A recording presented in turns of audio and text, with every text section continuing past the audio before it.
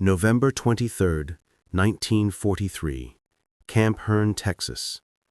The afternoon sun cast long shadows across the wooden barracks as Obergefreiter Klaus Werner sat on the edge of his bunk, holding something he thought he would never see again. His hands trembled. Not from cold. The Texas autumn was warm compared to the Russian front he'd survived, but from the weight of what he held. A photograph. 3 inches by 4 inches. Black and white, slightly creased from its journey across the Atlantic. His wife, Marguerite, standing in their garden in Stuttgart, holding their daughter Anna, who had been 2 years old when Klaus left for war in 1941. In the photo, Anna looked to be 4, maybe 5, a child he no longer knew, a child who had grown up without him.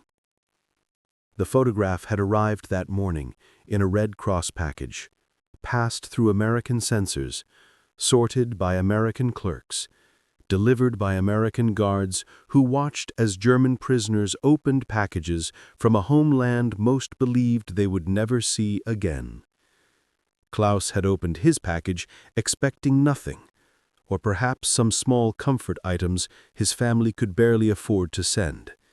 He hadn't expected proof that they still existed, that they remembered him, that he had a daughter who still had a father's face to remember. He sat there for 7 minutes, the photograph in his shaking hands, while his barracks mates maintained respectful silence around him. Then Klaus Werner, veteran of the Africa Corps, holder of the Iron Cross Second Class, survivor of El Alamein and Tunisia, broke down completely. He wept with the kind of abandon that German military culture had trained him never to show. He wept like a man who had rediscovered his humanity in the last place he expected to find it. This is the story of how photographs, more than any weapon, dismantled the Nazi ideology of racial hatred. How American compassion toward enemies became the most devastating psychological warfare ever waged. How the simple act of allowing prisoners to see their families' faces transformed warriors of the Third Reich into witnesses against everything they had been taught to believe. And how the mailroom at Camp Hearn, Texas, became ground zero for the reconstruction of the German soul. Sometimes the most powerful acts of war are acts of mercy. To understand what those photographs meant, you must first understand what German prisoners expected when they arrived in America. They had been taught, from their earliest days in the Hitler Youth through their military indoctrination, that capture meant death, or worse. The Nazi regime had constructed an elaborate mythology about Allied treatment of prisoners, particularly American treatment. Americans, they were told, were racially inferior mongrels, a weak nation of mixed races, controlled by Jews, incapable of true military prowess or honor. American soldiers were supposedly undisciplined, cruel when given power, prone to atrocities against helpless prisoners. Surrender to Americans meant torture, humiliation, and eventual execution. This wasn't casual propaganda. This was systematic psychological preparation designed to prevent surrender. German soldiers were shown fabricated photographs of American atrocities, images that were either staged or showed German atrocities falsely attributed to Americans. They were told that Americans violated the Geneva Convention as policy, that prisoner camps were death camps, that captured soldiers were worked to death or used for medical experiments. The indoctrination served multiple purposes. It discouraged surrender, maintaining German fighting strength even in hopeless situations. It justified German atrocities by claiming moral equivalence, Everyone commits atrocities, so our actions are no worse. And, crucially, it maintained ideological purity by preventing German soldiers from recognizing the humanity of their enemies. Obergefreiter Werner, captured in Tunisia in May 1943 when the Afrika Korps finally collapsed, had spent his first weeks of American captivity waiting for the horror to begin. He had been processed efficiently at a temporary camp in Algeria, given medical treatment for minor wounds and dehydration, fed adequately, and treated with professional courtesy. But he assumed this was temporary, a facade maintained for Red Cross observers. The real brutality would come later, he thought, once they were shipped to America. Once they were beyond international observation, the truth of American barbarity would reveal itself. The ship that carried him to America, a Liberty ship returning from delivering supplies to North Africa, provided the first crack in his certainty. The crew fed prisoners better than Werner had eaten in 6 months of desert warfare. They provided medical care, allowed prisoners on deck for fresh air, treated them with casual indifference rather than hatred or cruelty. Still, Werner maintained his certainty. This was American deception, a psychological game. The real treatment would come in the camps. Camp Hearne, Texas, where Werner and approximately 4,800 other German prisoners were eventually housed, should have been the revelation of American cruelty. Instead, it became the demolition site for Nazi ideology. The camp, built in just 4 months in 1943, sprawled across 695 acres of Texas prairie. Wooden barracks with electric lights, plumbing, steam heat, a hospital with medical equipment superior to what most German field hospitals possessed, a kitchen capable of preparing meals for 5,000 men, recreation areas, a library, even a theater where prisoners staged performances. The conditions exceeded what most German soldiers had experienced in their own military. Better food, better shelter, better medical care. Not luxury, but adequacy. Basic human dignity maintained even for enemies. But physical comfort wasn't what destroyed Nazi ideology.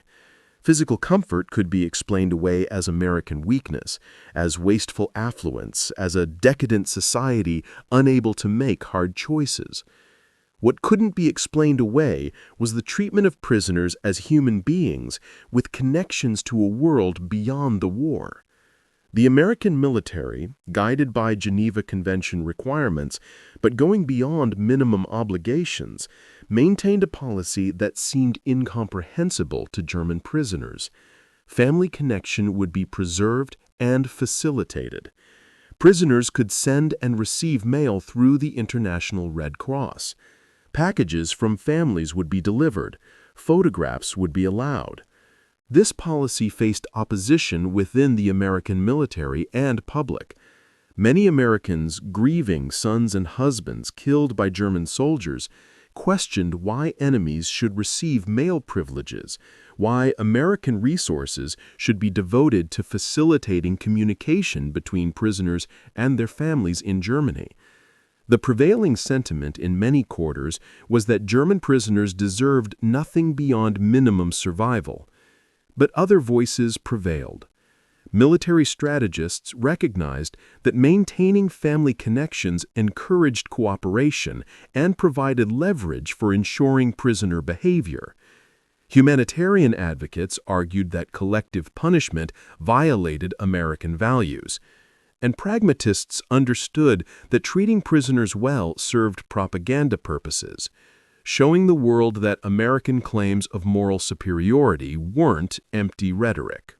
The result was a mail system that connected German prisoners in America with families in Germany, bridged by neutral Swiss intermediaries and Red Cross workers who processed thousands of letters and packages weekly. For German prisoners, this system was psychologically revolutionary. In Nazi ideology, the state superseded family. Individual soldiers were expendable components of the greater German racial destiny. Personal connections were subordinate to duty, and a soldier who prioritized family over state was weak, unworthy. Yet here were Americans, supposedly weak and individualistic and racially inferior, maintaining systematic respect for family bonds, even for enemy prisoners. The contradiction couldn't be easily reconciled. The mail call at Camp Hearn occurred every Tuesday and Friday morning at 10 a.m. Prisoners gathered in the recreation yard, a space between barracks where men could assemble in loose formation. An American sergeant, usually accompanied by a German-speaking translator, would read names from a list. Those whose names were called would come forward to receive letters or packages that had made the long journey from Germany through Switzerland to America. Klaus Warner attended every mail call from his arrival at Camp Hearn in July 1943 until that November morning when his name was finally called. 18 mail calls. 18 times standing in the Texas heat or autumn cool, waiting to hear his name, hoping for proof that his family still existed, still remembered him, still considered him part of their lives. He wasn't alone in his vigil. Hundreds of prisoners attended each mail call, most receiving nothing, all hoping. The psychological weight of this waiting was profound. These men didn't know if their families had survived Allied bombing raids. They didn't know if their wives had been told they were dead, if their children were growing up believing they were orphans, if their parents had given up hope. The Nazi government provided no support for families of captured soldiers. The shame of surrender was considered so complete that families were sometimes denied the support given to widows of fallen soldiers. Some families disowned captured soldiers, performing funeral rites and cutting off all connection. The uncertainty of this fate haunted prisoners who had already endured the shame of survival. Unteroffizier Heinrich Müller, captured alongside Werner in Tunisia, attended every mail call for 5 months before receiving his first letter. When his name was called in December 1943, he approached the distribution table with such visible anxiety that the American sergeant distributing mail asked through the translator if he needed to sit down before opening it. Müller's letter from his brother informed him that their parents' home in Hamburg had been destroyed in the July 1943 firebombing. His mother had died in the fire, his father had survived but lost everything. His wife and 2 children had evacuated to his brother's farm in Bavaria and were safe, for now, though struggling with hunger and uncertainty. The letter contained both devastating news and profound relief. His mother was dead, his father destitute, but his wife and children were alive. They hadn't disowned him. They had written, though his wife's letter hadn't yet arrived. They still considered him family. Müller sat on the ground in the recreation yard and read the letter 3 times, tears streaming down his face, while other prisoners maintained respectful distance. The American guards watched, but didn't interfere, didn't mock, didn't show contempt. They simply let him grieve and process, recognizing that this moment was sacred regardless of nationality or uniform. The waiting between mail calls was its own form of torture, made worse by the unpredictability of the system. Letters and packages sent from Germany had to travel through war zones, past military censors, across U-boat-infested Atlantic waters, through Swiss processing centers, and finally to American prison camps. The journey could take weeks or months. Many letters never arrived at all, lost in transit or destroyed in bombing raids. Prisoners developed superstitions about mail call. Some believed that attending made it less likely they'd receive mail, as if the universe punished expectation. Others attended religiously, convinced that their presence somehow increased the odds of their name being called. Some stopped attending altogether, unable to endure the repeated disappointment, though they always found out later who had received mail and tortured themselves wondering if their name had been called in their absence. The American guards who administered mail call understood the psychological dynamics at play. Most treated the process with appropriate gravity, reading names clearly, handling packages carefully, showing respect for the emotional weight these communications carried. Some guards went further, learning to recognize regular attendees, offering quiet encouragement to those who had waited longest, celebrating with prisoners when long-awaited letters finally arrived. Sergeant James Morrison, a farm boy from Iowa who supervised mail distribution at Camp Hearn, later wrote in his memoir, "I hated Germans. My cousin died at Normandy, killed by German machine gun fire. I had every reason to take pleasure in their suffering, but watching those men wait for mail from families they might never see again, I couldn't sustain hatred. They were just men, far from home, worried about people they loved. Same as any American soldier overseas. The uniform didn't make them less human." This recognition of shared humanity, forced upon both prisoners and guards through the simple mechanism of mail call, began the process of ideological collapse that would characterize the German POW experience in America. November 23, 1943, the Tuesday before Thanksgiving.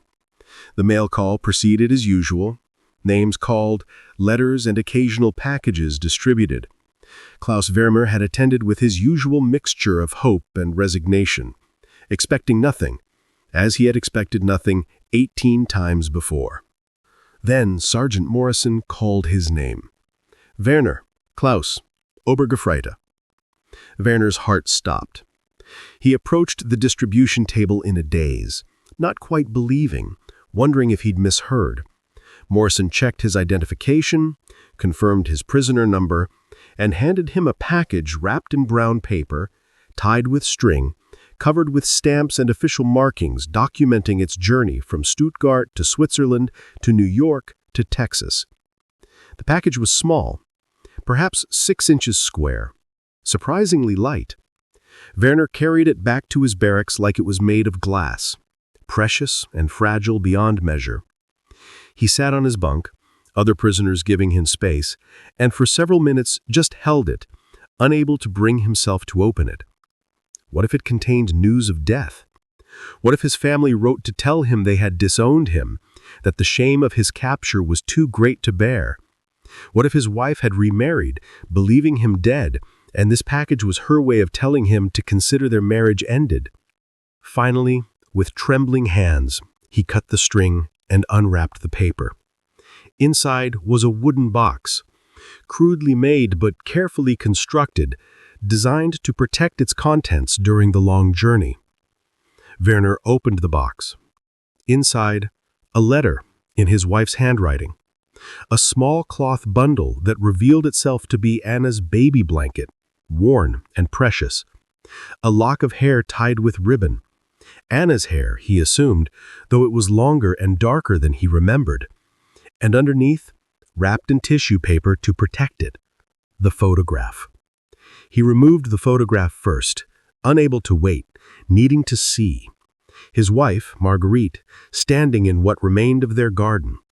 The house in the background showed damage, windows boarded up, part of the roof clearly repaired, but it stood. It had survived. She stood in front of it holding Anna, both of them looking at the camera with expressions that were trying to be brave, trying to smile, but couldn't quite hide the strain of years of war. Anna, his daughter, no longer a toddler but a young child, her face showing the beginning of the features she would carry into adulthood. She looked like her mother. She looked, heartbreakingly, like she didn't really remember what a father was, but had been told to smile for this picture anyway. Werner stared at the photograph, cataloging every detail. Margarita had lost weight, her face thinner than he remembered. Anna wore a dress that looked handmade, probably from repurposed fabric. The garden showed signs of being used for vegetables rather than flowers, practical adaptation to wartime scarcity. But they were alive. They were together, and they had sent this to him. Then he read the letter. Margarita's handwriting, familiar and precious. My dearest Klaus, we received word through the Red Cross that you are alive and in America. For 8 months, we believed you dead. They told us the Africa Corps had been destroyed, that almost no one survived. I had begun the process of grieving, of accepting that Anna would grow up without her father. Then the notification arrived. Prisoner of war, American custody, alive. Klaus, I cannot describe the relief. Whatever shame others might claim for your capture, I feel only gratitude that you survived. Anna still has a father. I still have a husband. Nothing else matters. The photograph is from last week. I had it taken specially to send to you.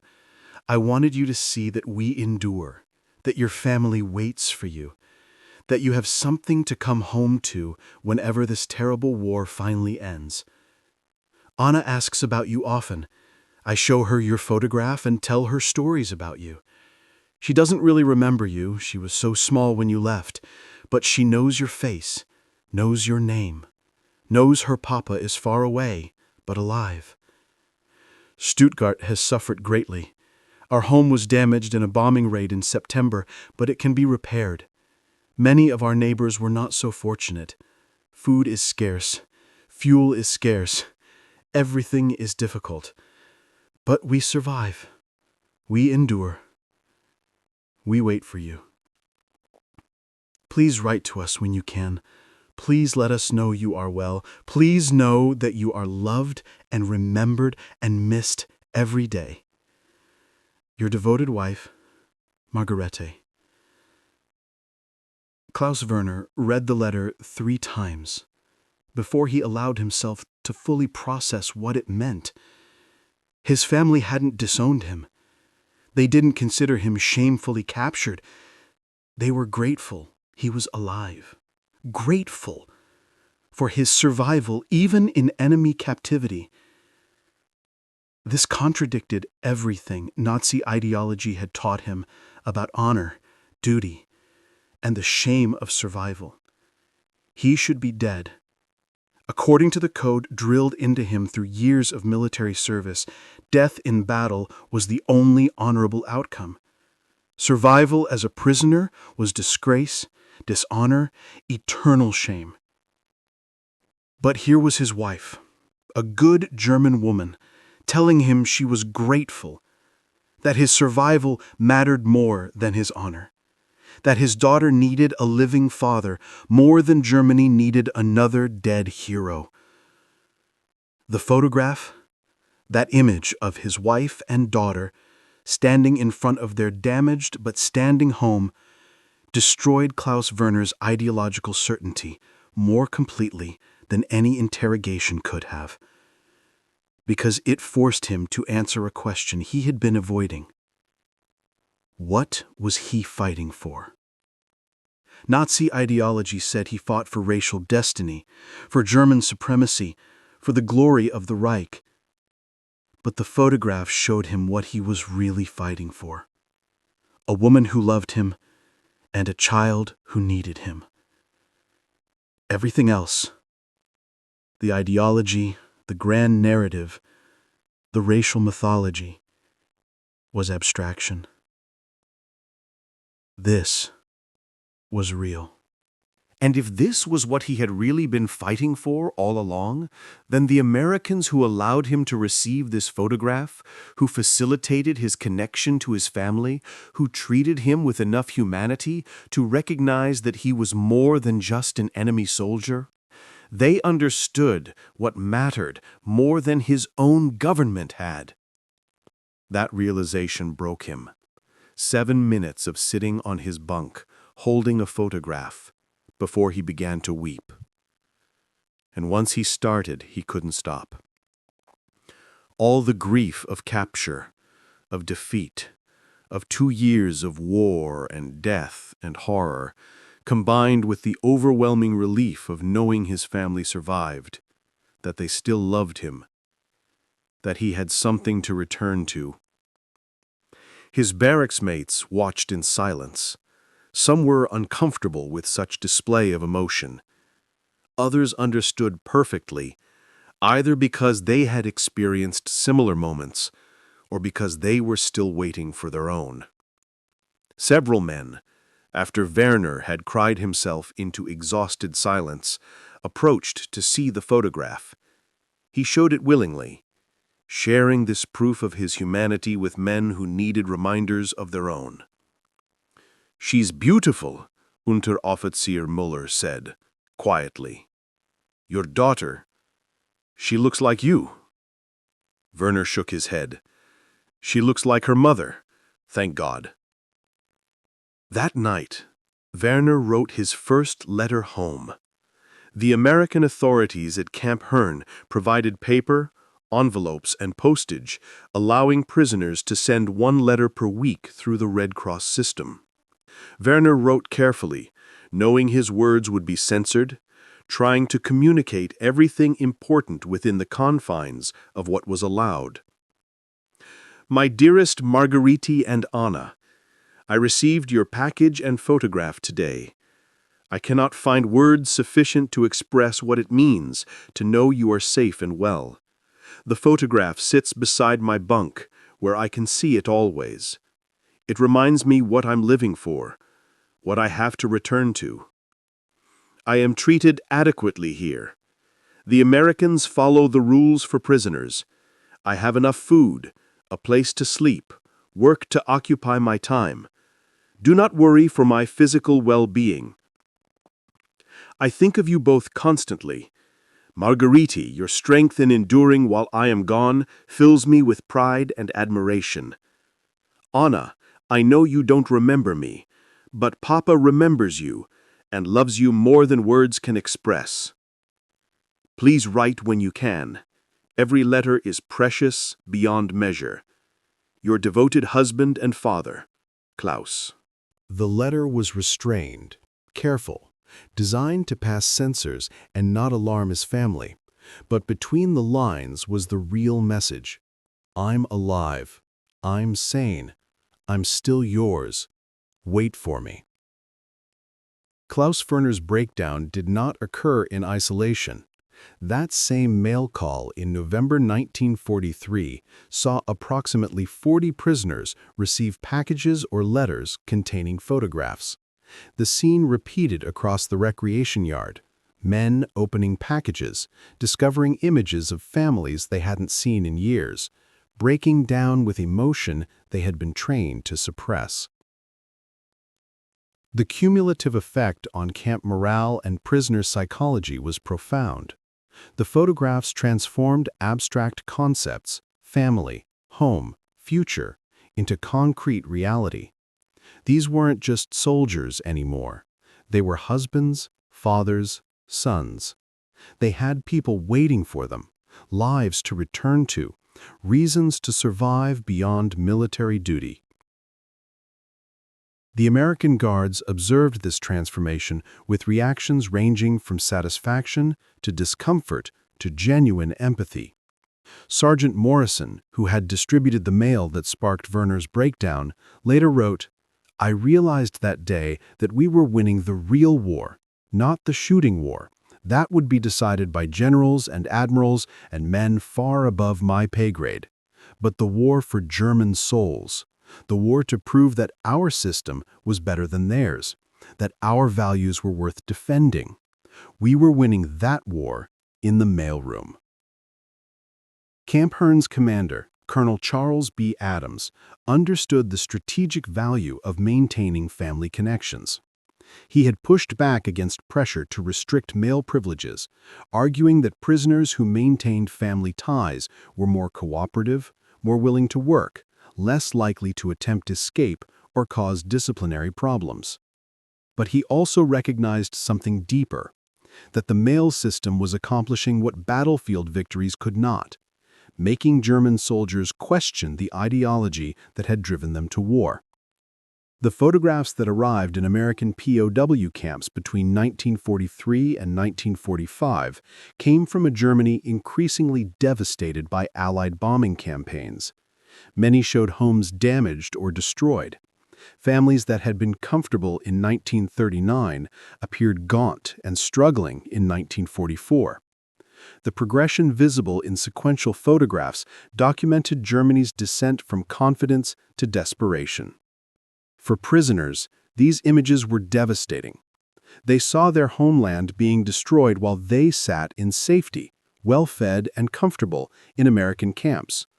The survivor's guilt was overwhelming for some. Several prisoners at Camp Hearn required psychological counseling after receiving photographs showing the destruction of their family homes. Feldwebel Otto Kraus received a photograph in January 1944 showing the ruins of his family's bakery in Berlin, destroyed in a November 1943 bombing raid. His parents, both in their 60s, stood in front of the rubble, their life's work reduced to broken brick and ash. The image haunted Kraus.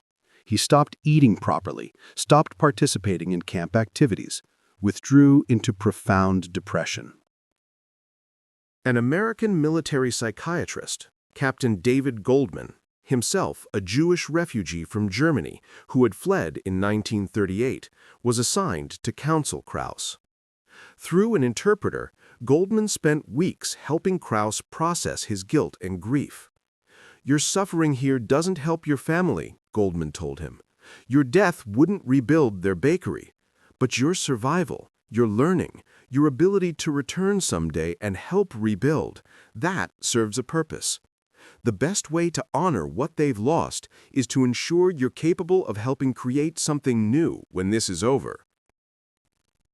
The irony of a Jewish refugee from Nazi Germany counseling a German soldier through depression caused by Allied bombing was not lost on either man. But Goldman approached his work with professional compassion, separating the individual from the system, the person from the politics. "I hate what Germany did," Goldman told Kraus in one session. "I lost family in the camps. I lost my homeland. I have every reason to want German soldiers to suffer, but I'm a doctor, and you're a patient. That's all that matters right now. We can deal with historical reckoning later. Right now, you need help, and I'm qualified to provide it." This American capacity to compartmentalize, to separate individual humanity from collective judgment, repeatedly stunned German prisoners. It contradicted Nazi teaching about racial hatred, about collective guilt, about the impossibility of seeing enemies as human. By mid-1944, the flow of photographs from Germany intensified as more families learned their captured relatives were alive and could receive mail. The photographs documented a nation in collapse. Prisoners saw cities they had known reduced to rubble. They saw family members aging rapidly under the stress of total war. They saw children who had been babies when they left growing up in ruins. But they also saw resilience. They saw families enduring, adapting, surviving. Women who had never worked outside the home now labored in factories or farms. Elderly parents cared for multiple grandchildren whose fathers were dead or captured. Communities came together to share scarce resources. These images of German resilience in the face of catastrophe sparked complex emotions in prisoners. Pride in their people's endurance mixed with shame at the ideology that had brought such catastrophe. Admiration for family strength combined with guilt at being absent during their greatest need. The photographs also revealed the progression of the war in ways official news could not convey. Prisoners saw the shrinking of their homeland as territories were lost, saw the increasing damage from Allied bombing campaigns, saw the desperation on loved ones' faces as defeat became inevitable. Obergefreiter Werner received 3 more packages from his wife between November 1943 and May 1945. Each contained new photographs documenting Anna's growth, from age 4 to nearly 6. He watched his daughter grow up through images, saw her lose baby fat and gain the features of childhood, saw her begin to look more like a person and less like a toddler. Each photograph was precious and painful. Precious because it connected him to his family. Painful because it documented all he was missing. Anna's first day of school. He wasn't there. Anna losing her first tooth. He wasn't there. Anna learning to write her letters. He wasn't there. The accumulation of these absences, documented in photographs, forced Werner to confront the cost of war in intensely personal terms. Nazi ideology had framed war as glorious sacrifice for racial destiny, but these photographs showed him the real cost. Years of his daughter's childhood he would never get back. Years of his wife's life spent in struggle and fear. Years of his own life wasted on a cause that was bringing only destruction to everything he actually cared about. By 1945, Werner and thousands of other German prisoners in America had undergone a complete ideological transformation. They had arrived as believers in Nazi racial doctrine, German superiority, and the justice of their cause. They left as witnesses to American prosperity, efficiency, and humanity. They had seen that Americans, supposedly racially inferior and morally weak, treated prisoners better than their own government treated its citizens. But more than any comparative observation, what transformed them were those photographs, those small rectangles of paper that showed them what they were really fighting for and what they were really losing. Family, home, simple human connection, everything the grand ideology had subordinated to national destiny. The repatriation of German prisoners from America began in late 1945 and continued through 1946. Over 371,000 German POWs who had been held in America returned to a homeland they barely recognized. Cities in ruins, economy collapsed, population traumatized, nation divided and occupied by former enemies. Klaus Werner returned to Stuttgart in August 1946, carrying with him the photograph his wife had sent in 1943, now worn and creased from 3 years of constant handling. He had kept it beside his bunk every day of his captivity, looking at it every morning and evening, watching his wife and daughter's frozen images, while real time carried them away from the moment captured in the frame. The reunion with his family, documented in Margaret's diary discovered years after her death, was emotional and awkward. Anna, now 7 years old, barely remembered the man who claimed to be her father. Werner had to rebuild that relationship, carefully, patiently, proving himself worthy of the title he had lost through years of absence. But Werner brought something valuable home, besides his physical presence. He brought knowledge of American prosperity, efficiency, and values. He had witnessed a society that functioned on principles of organization, education, and respect for individual dignity. He had seen that democracy created wealth, that diversity brought strength, that treating people well increased productivity. These lessons, brought home by thousands of returning POWs, helped shape West Germany's reconstruction. The German economic miracle of the 1950s was built partly on American aid through the Marshall Plan, but also on German acceptance of American economic and political models that returning POWs had witnessed firsthand. Werner himself became a teacher, working in Stuttgart's school system to educate a new generation of Germans. He never spoke publicly about his wartime service, but his teaching emphasized critical thinking, questioning authority, and examining claims rather than accepting them blindly. He taught his students to look for evidence, to question propaganda, to think for themselves. In 1965, 20 years after the war's end, Werner received a letter forwarded through German-American cultural exchange organizations. It was from Sergeant James Morrison, the American guard who had handed him the package containing his family's photograph in November 1943. Morrison wrote, "I don't know if you remember me. I was one of the guards at Camp Hearn, the one who usually handed out mail. I remember you specifically because of the day you received your first package. You broke down crying, and I realized something important that day. That uniform didn't make you my enemy. It made you a soldier, same as me. The real you was the man who cried seeing his daughter's picture. That was the human beneath the uniform. I wanted to write to tell you that moment changed me. I had hated Germans. My cousin died at Normandy. But watching you that day, I couldn't sustain hatred. You were just a man who missed his family. After that, I treated prisoners differently, not as enemies, but as men temporarily on the wrong side of a conflict that would eventually end. I hope you made it home safely. I hope you found your family alive and well. I hope that photograph that meant so much to you in Texas is now just one of thousands documenting a life lived in peace. Werner wrote back, beginning a correspondence that continued until Morrison's death in 1987. Through their letters, two men who had been enemies found friendship, united by a shared moment of human recognition that transcended the conflict that had brought them together.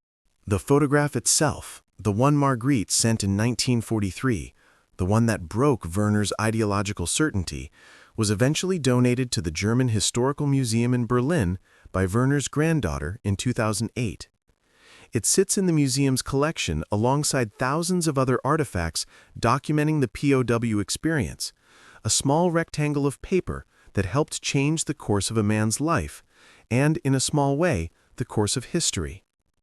The story of German POWs receiving family photographs in American camps is, on its surface, a small footnote to the larger narrative of World War II.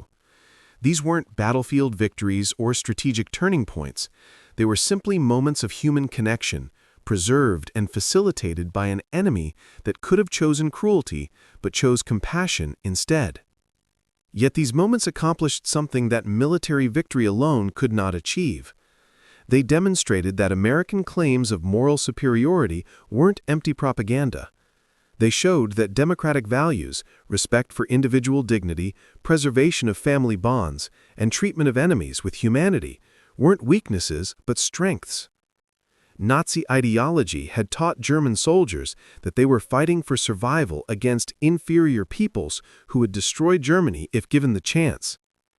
The photographs they received in American captivity and the system that allowed them to receive those photographs proved that ideology false. Americans, given the chance to destroy defeated enemies, chose instead to remind them of their humanity. This choice, to facilitate connection between prisoners and their families, to allow packages and photographs that served no military purpose beyond psychological effect, represented something profoundly American. A pragmatic idealism that believed treating people well served long-term interests better than treating them badly. A confidence that American values could withstand comparison and would ultimately prove more appealing than totalitarian alternatives. The effectiveness of this approach can be measured in outcomes. Of the 371,683 German POWs held in America, fewer than 1% attempted escape. Post-war surveys showed 95% rated their treatment as good or excellent. Most remarkably, thousands maintained correspondence with American families for decades after the war, and many eventually immigrated to America. These men who arrived as enemies left as witnesses. They had seen American prosperity and organization. They had experienced American humanity and justice. And perhaps most importantly, they had been allowed to remain connected to their own humanity through photographs and letters that reminded them they were more than soldiers, more than enemies, more than abstractions. Klaus Werner, holding his daughter's photograph in a Texas prison camp in November 1943, didn't know he was participating in the transformation of German society. He simply knew that Americans had given him something precious, proof that his family still existed, still loved him, still needed him. That act of compassion, multiplied across thousands of prisoners, became one of the most effective weapons America wielded in World War II. Because in the end, the war wasn't just about territory or resources or military superiority. It was about values. about which vision of human society deserved to prevail. And in the mailroom at Camp Hearn, Texas, where German prisoners received photographs from families they thought they'd lost, America proved that its values were worth fighting for. The photograph sits in Berlin now, behind glass in a museum, a small artifact of a massive conflict. But it represents something larger than itself. It represents the moment when Klaus Werner and thousands like him discovered that their enemies were more honorable than their leaders. That mercy was strength, not weakness. That humanity transcended ideology. These lessons, learned in American prison camps and carried home to Germany, helped build the foundation for a German-American alliance that defined the second half of the 20th century.